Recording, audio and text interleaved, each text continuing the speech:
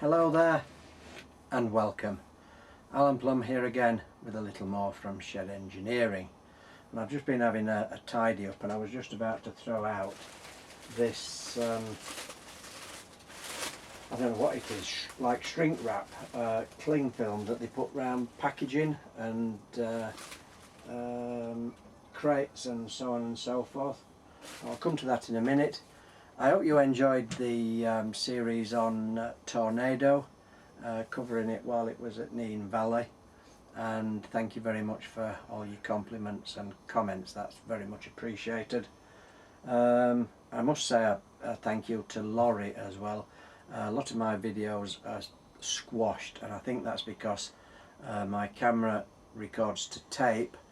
The files and what have you, I think, are pretty old hat by now, and I think somewhere along the line when it gets uploaded it gets squashed. Well, he gave me a fix just writing in YT stretch equals 16.9. You'll find it in the comments underneath, and that's just typed into the tag box, which I couldn't believe. That's the type of fix that I enjoy, because I'm useless when it comes to IT and computers, and it's worked tremendous on some of them. Others have got stretched and squashed, so I don't quite know what's happening. I think a lot of it is to do with how YouTube handle it in the upload, but thank you very much, Laurie. Most of them are tons better than they were. Now, as I said, this is this shrink wrap or cling film that they put round pallets and that kind of thing, and I saved it for some packaging, but I was thinking, I wonder what you can do with that. Well, I haven't got my railway sort of set up or sorted out or back into that, but I've got one or two ideas, and so I'm just trying to do a bit of a mock-up and see what we can do with it. Now, you'll have to excuse me, as you probably know, I'm pretty short of space in the shed, but I've just cleared the end of my bench away, put my trolley just here. I've laid a piece of building foam on it to represent a baseboard of a layout. Piece of plywood coming down here to represent like a bit of an incline. Now, lots of layouts have a tunnel in the corner, so I've just cut out of a piece of foam card something representing a tunnel portal, and in one of my previous videos I suggested modelling the inside of a tunnel, just in case you ever get a cam truck, and my first effort was a bit laborious and complicated, and I think you can do something pretty simple if you was at this kind of stage. So I'm just using a piece of printed card. You can cut out recesses if you wish and model them, but just for the demonstration I'm going to just hot glue these in position, and you have to ask yourself whether you need to do any more than that, because sometimes I think we go way over the top. Here's my simple representation of a tunnel portal that could be covered in stone paper, or obviously you could purchase one, but I would suggest that you keep the clearance as low as possible, because otherwise it starts to push your hillside up and it makes things quite difficult sometimes. Very rarely do you see a tunnel ventilator modelled. This could be quite good with a light shining down if a cam truck was going through, and that can simply be hot glued in position over the tunnel. So let's now have something to represent a retaining wall. Again, very simple, just a piece of card scored, folded over. That gives it plenty of strength, and I'll just hot glue that in position down there. We've just extended the tunnel sides. This is just paper, ordinary printing paper, just folded up, little bits of card spanning the top, and you can see it's already pretty strong. And I think sometimes when we're modelling we can go a little bit OTT and end up with pieces of 3x2 and so on and so forth, when scraps of card are probably quite strong enough. But that's good enough for this demonstration, I think.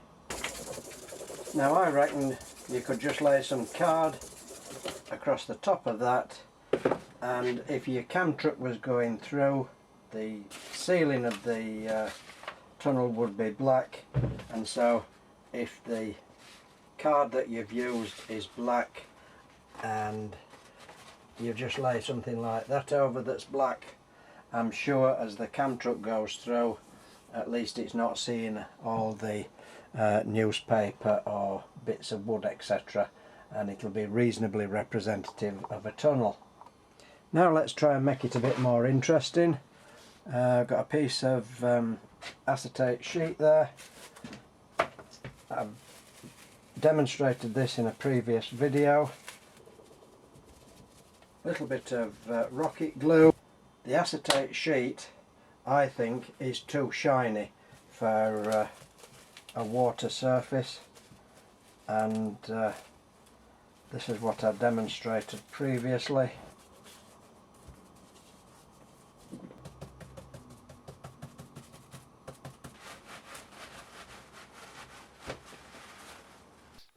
If you want to create depth to your river, pond or lake, just sculpt it out of building foam and then give it a coat of paint, ideally darker in the centre and then much lighter or sandy colour around the edge. But once you've done that, you can then glue your pond in position and think, oh, where shall I have my pond? Yes, we'll have it there. Then you can take your water effect, the acetate sheet with the cling film underneath. Obviously keep it shiny side up. If you want to put some fish in, or you know, reeds or anything like that in the bottom, or trolley, so that you can see it down below, you can then do that. Put your water effect across, and then you've got a cow doing some scuba diving. A bit of hot glue down there.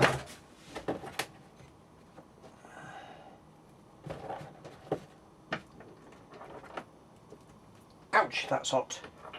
Bugger. So within an hour or so you've got all the main features of what you're wanting to model basically in place. So you're asking, where does the shrink wrap, or whatever you call this stuff that goes round pallets, where does this come in? Well, this is the first time I've tried it, but I reckon you can just take this and you can start to build up your scenery.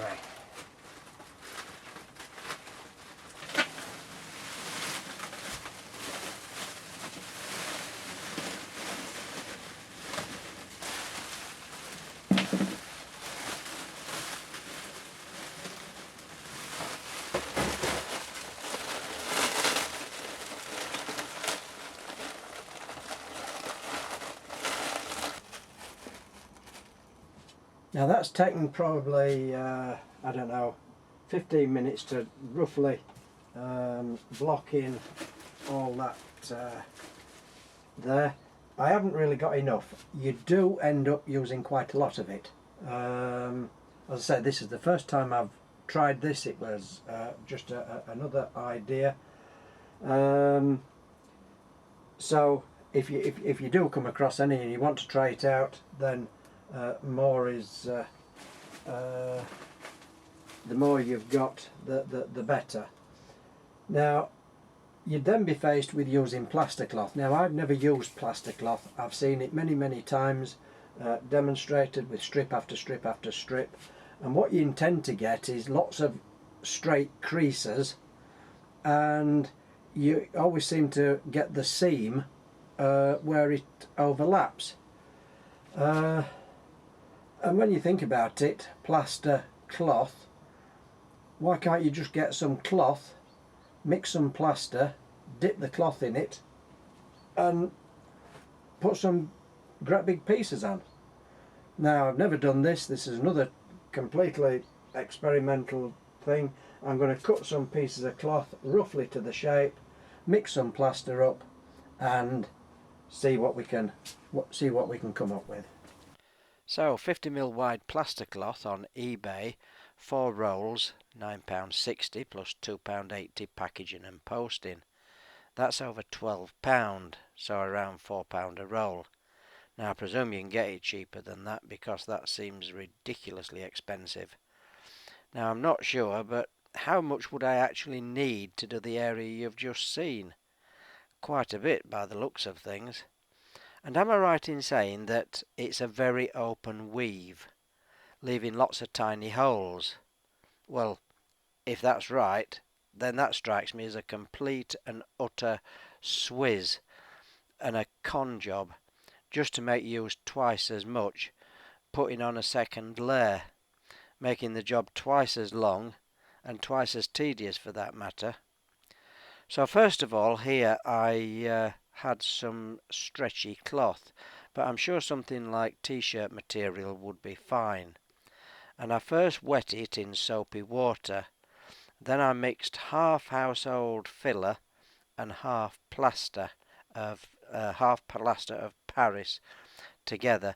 I was actually worried that the plaster of Paris might set too quick, but I've used building plaster many times in the past, and honestly, if I was doing any amount, I would use something like that, because you can get a huge bag for £4 or £5. So then it's just a matter of dunking the fine weave cloth that hasn't got thousands of holes in it into the plaster. Now, if you're doing a household DIY job, it's always amazing just how easy it is to get stuff all over you, but getting the cloth nicely coated did take a bit of time. But let's face it, it's hardly rocket science. So then it's just a matter of laying it in position. Now I'm sorry I keep blocking the view of what I'm doing, but I had little room for different camera angles, and once I'd actually started, even turning the camera on and off became a major problem. Now over the stones and riverbed I had laid a piece of polythene.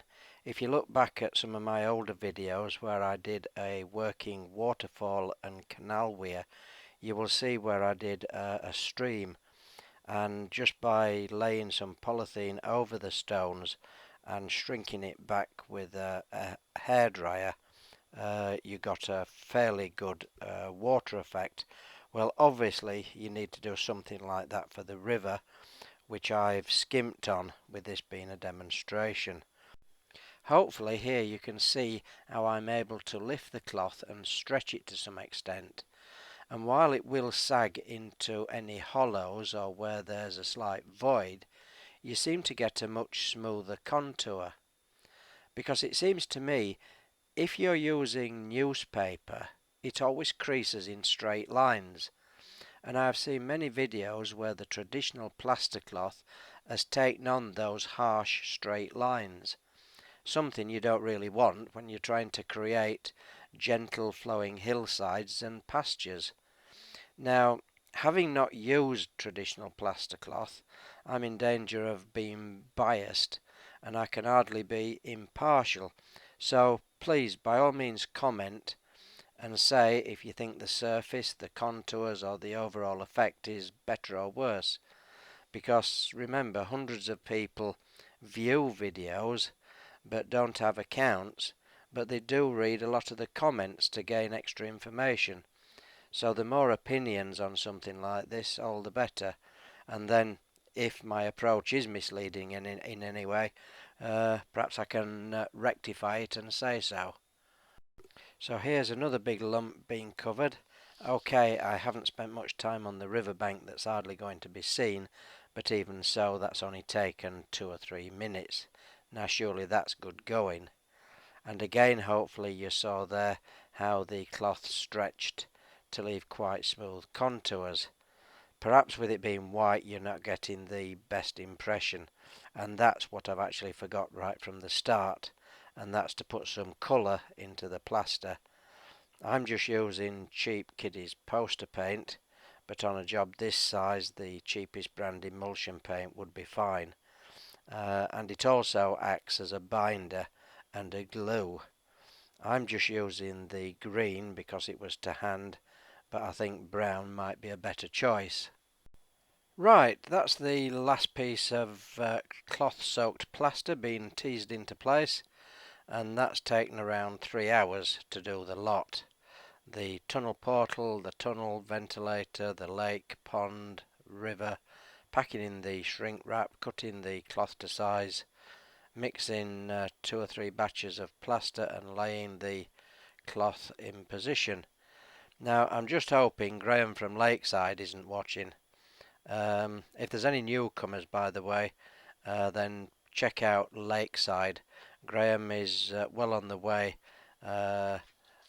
in building a fabulous layout, and there's loads to see and learn from Graham and Lakeside.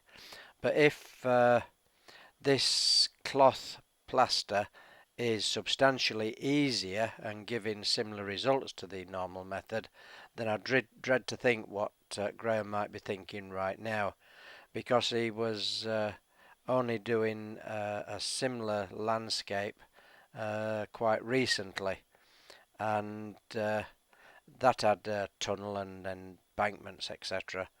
But it was right over at the back of the layout, and he must have been kneeling in the most awkward of positions for quite some time. So I'll be interested to hear what Graham's opinions are. Now I must stress, this is not a how-to video on applying scatter or turf, etc. I should be waiting for the plaster to dry, then applying PVA, etc., and then adding the scatter or turf in layers in a far more controlled manner than what I'm doing here. I'm just applying this to colour it up as part of the demonstration, so that you can hopefully get some impression of the finished results. So, what do you think to it so far? Better not answer that, because bizarrely I've actually no idea, and I don't mean that facetiously, but I've no idea whether it's good, bad or indifferent, never having used the normal mud rock. Neither do I know if it's easier or less time consuming, because having only watched videos, you don't see the whole process over a given area. So, as I said earlier, I'm totally reliant on people who have used the normal plaster cloth. Now obviously we've got some white plaster showing through, but that's due to the finish being just for demonstration purposes. But in a way, the white showing through almost reminds me of chalk or limestone hills where you just have a very thin topsoil. And that's exactly how it went on. There's been no touching up, no extra pieces glued in, nothing added, no scraping, no sanding down. That's exactly how the cloth was laid on, and then as you saw, the scatter straight over the top. And I'll add some still photographs in a moment to try and give you a better look that might be a bit sharper and clearer. Now personally I don't think tunnels should be too short, and looking as if 3 sticks of dynamite would blow them into next week and save dozens of weeks of dangerous digging, formwork and stonework. But we're often forced into a compromise because access is sometimes a problem, and so it's easy to end up with short tunnels in the hope that you can reach in from each end and retrieve a derailment. Well, because of the total lack of timber or card in this construction, I'm sure it would be well within most people's capabilities to cut out access panels. That area could always be reinforced if you thought it was necessary, and you could cut the access panel as part of the field boundaries so that stone walls or hedges would then help hide the cuts. And if the roof of the tunnel was just black card as suggested earlier, then I think access could be relatively simple. Obviously this is nowhere near dry yet, and you'd have to have some kind of support on the underneath side to stop it falling through completely. But I say I don't think that should be a complicated job, and with hedges or fences along the edge or something like that, I'm sure it could be disguised. This is now in daylight, and you can see where I've gone over with a bit of brown paint on some of the bare plaster to make it look like rock work, but again that hasn't been touched up or anything. That is absolutely just a wash of brown paint just over the top to hide the white, and that's all that's been done. I've just added a little bit of coarse turf to give the impression of a few bushes and try and finish it off to give a proper impression.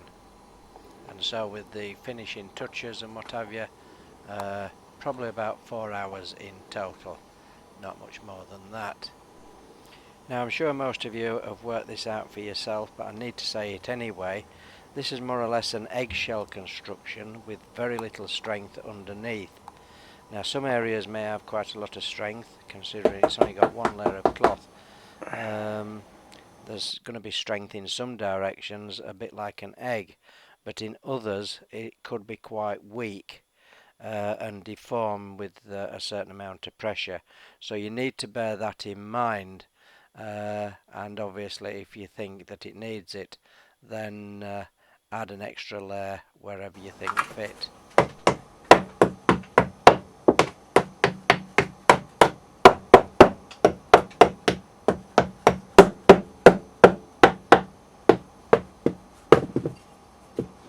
That's obviously looking into the tunnel. Totally unrealistic, but it shows the way forward. The walls want to be about 4 inches tall, getting darker and darker towards the top, and with a lift-off card roof just in sections so you can access it. I'm sure the cam truck wouldn't see anything of that until it got to the ventilator and there was a shaft of light. Now obviously the river doesn't look up to much, but you've got to try and imagine it looking like something like this, and also the lake. I didn't spend a lot of time on that. You've got to try and imagine that looking something like that. So there we go, we'll leave you with a couple more pictures.